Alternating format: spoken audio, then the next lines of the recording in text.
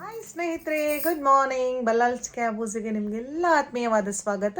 ಇವತ್ತು ನಾವು ಹಲಸಿನ ಹಣ್ಣಿನ ಸೆಟ್ ದೋಸೆ ಮಾಡುವ. ತುಂಬಾ ಸಾಫ್ಟಾಗಿ ಜೇನುಗೂಡಿನಂತೆ ಕಣ್ಣು ಬಿಟ್ಟು ತುಂಬಾ ರುಚಿಯಾಗಿ ರೆಡಿ ಆಗ್ತದೆ. ಬನ್ನಿ ಹಾಗಾದರೆ ಯಾಕೆ ತಡ, ಹಲಸಿನ ಹಣ್ಣಿನ ಸೆಟ್ ದೋಸೆಯನ್ನು ಮಾಡೋದು ಹೇಗೆ ಅಂತ ನೋಡ್ಕೊಂಡು ಬರೋಣವಾ. 30ರಿಂದ 35 ಹಲಸಿನ ಸೋಳೆಗಳನ್ನು ಮಿಕ್ಸಿ ಜಾರಿಗೆ ಹಾಕ್ಕೊಂಡೆ. ಸಿಹಿ ನೋಡ್ಕೊಳ್ಳಿ, ತುಂಬಾ ಸಿಹಿಯಾಗಿದೆ ಅಂತ ಆದರೆ ಬೆಲ್ಲ ಸ್ವಲ್ಪ ಕಮ್ಮಿ ಹಾಕ್ಕೊಳ್ಳಿ. ನಾನಿಲ್ಲಿ 1 ಬೌಲ್ನಷ್ಟು ಬೆಲ್ಲವನ್ನು ಹಾಕ್ಕೊಳ್ತೇನೆ. ಯಾಕಂದರೆ ಈ ಹಲಸಿನ ಹಣ್ಣಿನ ಸೋಳೆ ಏನಿದೆ ಸಿಹಿಯಲ್ಲಿ ಸ್ವಲ್ಪ ಸಪ್ಪೆ ಇದೆ, ಹಾಗಾಗಿ 1 ಬೌಲ್ನಷ್ಟು ಬೆಲ್ಲವನ್ನು ಹಾಕ್ಕೊಳ್ತಾ ಇದ್ದೇನೆ ನಾನು. ಈ ದೋಸೆ ಮಾಡಬೇಕಾದ್ರೆ ನಾವಿಲ್ಲಿ ಯಾವುದೇ ಬೇಳೆಯನ್ನು ಯೂಸ್ ಮಾಡ್ತಾ ಇಲ್ಲ.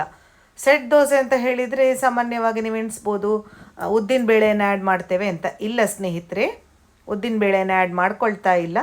1ರಿಂದ 2 ಏಲಕ್ಕಿಯನ್ನು ಸಿಪ್ಪೆಯನ್ನು ತೆಗೆದು ಆ ಏಲಕ್ಕಿ ಬೀಜಗಳನ್ನು ಮಾತ್ರ ಈ ಮಿಕ್ಸಿ ಜಾರಿಗೆ ಆ್ಯಡ್ ಮಾಡಿಕೊಳ್ಳಿ.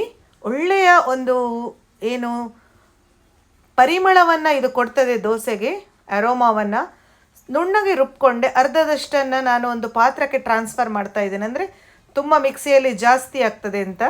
ನಂತರ ಅದೇ ಮಿಕ್ಸಿ ಜಾರಿಗೆ 1 ಲೋಟದಷ್ಟು ಏನು ದೋಸೆ ಅಕ್ಕಿ ಇದೆ ಅದನ್ನು ನಾನು ಚೆನ್ನಾಗಿ ತೊಳೆದು 6 ಗಂಟೆಗಳಷ್ಟು ಕಾಲ ನೆನೆಸಿಟ್ಕೊಂಡು ನೀರನ್ನು ಬಸಿದು ಈ ಮಿಕ್ಸಿ ಜಾರಿಗೆ ಹಾಕ್ಕೊಳ್ತಾ ಇದ್ದೇನೆ. ನಿಮ್ಮ ಮನೆಯಲ್ಲಿ ಸಪೋಸ್ ತುಂಬ ಜನ ಇದ್ದಾರೆ ಅಂತ ಆದರೆ ಕ್ವಾಂಟಿಟಿಯನ್ನು ಜಾಸ್ತಿ ಮಾಡ್ಕೊಳ್ಳಿ, ಅಥವಾ ಕಡಿಮೆ ಜನ ಇದ್ದಾರೆ ಅಂತ ಆದರೆ ಕಡಿಮೆ ಮಾಡ್ಕೊಳ್ಳಿ ಸ್ನೇಹಿತರೆ. 1 ಬೌಲ್ನಷ್ಟು ತೆಂಗಿನಕಾಯಿಯನ್ನು ಹಾಕ್ಕೊಂಡೆ. ಇದನ್ನು ಈಗ ನುಣ್ಣಗೆ ರುಬ್ಬಿಕೊಂಡ ಮಿಶ್ರಣವನ್ನು ನಾವೇನು ಹಲಸಿನ ಹಣ್ಣಿನ ಮಿಶ್ರಣವನ್ನು ತೆಗೆದಿಟ್ಟಿದ್ದೇವಲ್ಲ ಆ ಪಾತ್ರೆಗೆ ಹಾಕಿಕೊಂಡು ಚೆನ್ನಾಗಿ ಮಿಕ್ಸ್ ಮಾಡಿಕೊಳ್ಳುವ. ಉಪ್ಪನ್ನು ನಾನು ನೆಕ್ಸ್ಟ್ ದಿನ ಹಾಕ್ಕೊಂಡೆ. ಮಿಕ್ಸಿ ಜಾರಿಗೆ ಬೇಕಿದ್ರೆ ಸ್ವಲ್ಪ ನೀರನ್ನು ಹಾಕ್ಕೊಂಡು ಕನ್ಸಿಸ್ಟೆನ್ಸಿಯನ್ನು ಅಡ್ಜಸ್ಟ್ ಮಾಡ್ಕೊಳ್ಬೇಕು ಅಂತಾದರೆ ಆ್ಯಡ್ ಮಾಡ್ಕೊಳ್ಳಿ. ಚೆನ್ನಾಗಿ ಕೈಯಲ್ಲಿ ಮಿಕ್ಸ್ ಮಾಡ್ಕೊಳ್ತಾ ಇದ್ದೇನೆ ನೋಡಿ.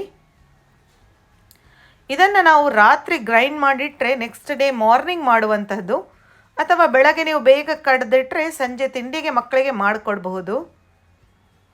ಸ್ವಲ್ಪ ಹುಳಿ ಬರಬೇಕು ಹಿಟ್ಟು.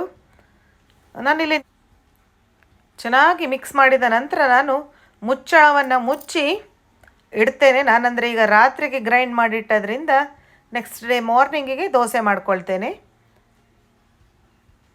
ನೀಟಾಗಿ ಪಾತ್ರವನ್ನೆಲ್ಲ ಸವರಿ ಇಟ್ಟೆ. ಮರುದಿನ ಬೆಳಗ್ಗೆ ಹಿಟ್ಟು ಏನು ಚೆನ್ನಾಗಿ ಹುಳಿ ಬಂದಿದೆ ನೋಡಿ. ಎಸ್, ಕನ್ಸಿಸ್ಟೆನ್ಸಿ ನಿಮಗೆ ಸ್ವಲ್ಪ ತಿಕ್ಕಿದೆ ಅಂತಾದರೆ ಈ ಟೈಮಲ್ಲಿ ನೀರನ್ನು ಹಾಕ್ಕೊಳ್ಳಿ, ಪರವಾಗಿಲ್ಲ. ರುಚಿಗೆ ತಕ್ಕಷ್ಟು ಉಪ್ಪನ್ನು ಹಾಕ್ಕೊಂಡು ಇನ್ನೊಮ್ಮೆ ಸರಿಯಾದ ಒಂದು ಮಿಕ್ಸನ್ನು ಕೊಡುವ. ಉಪ್ಪು ಚೆನ್ನಾಗಿ ಮಿಕ್ಸ್ ಆಗಲಿ. ಈ ವಿಡಿಯೋ ನಿಮ್ಗೆ ಇಷ್ಟ ಆದರೆ ವಿಡಿಯೋಕ್ಕೊಂದು ಲೈಕ್ ಕೊಡಿ ಸ್ನೇಹಿತರೆ. ನಿಮ್ಮ ಕಮೆಂಟ್ಸ್ ನನಗೆ ತುಂಬಾ ಇಂಪಾರ್ಟೆಂಟ್. ಮತ್ತಷ್ಟು ಯಮ್ಮಿ ಹಾಗೂ ಇಂಟ್ರೆಸ್ಟಿಂಗ್ ರೆಸಿಪೀಸ್ಗಳನ್ನು ನಿಮ್ಮ ಜೊತೆ ನಾನು ಶೇರ್ ಮಾಡ್ಕೊಳ್ಳಿಕ್ಕೆ.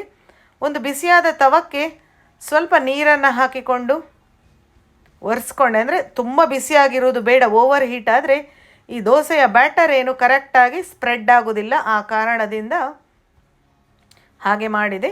1ರಿಂದ 1.5 ಸೌಟಿನಷ್ಟು ಹಿಟ್ಟನ್ನು ಹಾಕಿಕೊಂಡು ನೋಡಿ, ನಾವು ಹೇಗೆ ಸ್ಪ್ರೆಡ್ ಮಾಡಬೇಕಾದ್ರೇ ಈ ದೋಸೆ ಕಣ್ಣು ಬಿಡ್ತಾ ಇದೆ. ಕಾಣಿಸ್ತಾ ಇದೆ ಎಲ್ಲ ನಿಮಗೆ? ಎಸ್, 2 ಬದಿಯನ್ನು ಮಾತ್ರ ಚೆನ್ನಾಗಿ ಕಾಯಿಸ್ಕೊಳ್ಬೇಕು. ಸ್ವಲ್ಪ ತುಪ್ಪವನ್ನು ಹಾಕಿಕೊಂಡು 1 ಬದಿ ಕಾದ ನಂತರ ಇದನ್ನು ತಿರುವಿ ಹಾಕ್ಕೊಳ್ಳುವ. ತುಪ್ಪ ಬೇಡ ಹೇಳುವವರು ಖಂಡಿತವಾಗಿಯೂ ಸ್ಕಿಪ್ ಮಾಡ್ಕೊಳ್ಬಹುದು. ಎಸ್, ನೋಡಿ ಎಷ್ಟು ಸಾಫ್ಟಾಗಿ ನಾನು ತಿರುವಿ ಹಾಕ್ಕೊಳ್ಳುವ ಟೈಮಲ್ಲೇ ನಿಮ್ಗೆ ಗೊತ್ತಾಗ್ತಾ ಇದೆ ಅಲ್ಲ. ಸೊ 2 ಬದಿ ಕಾದ ನಂತರ ಬಿಸಿ ಬಿಸಿ ದೋಸೆ ರೆಡಿಯಾಗಿದೆ. ಜೇನುತುಪ್ಪದ ಜೊತೆ ಇದನ್ನು ಟೇಸ್ಟ್ ಮಾಡ್ಕೊಳ್ಬಹುದು. ಇಷ್ಟ ಆದರೆ ಲೈಕ್ ಕೊಡಿ. Thanks for watching.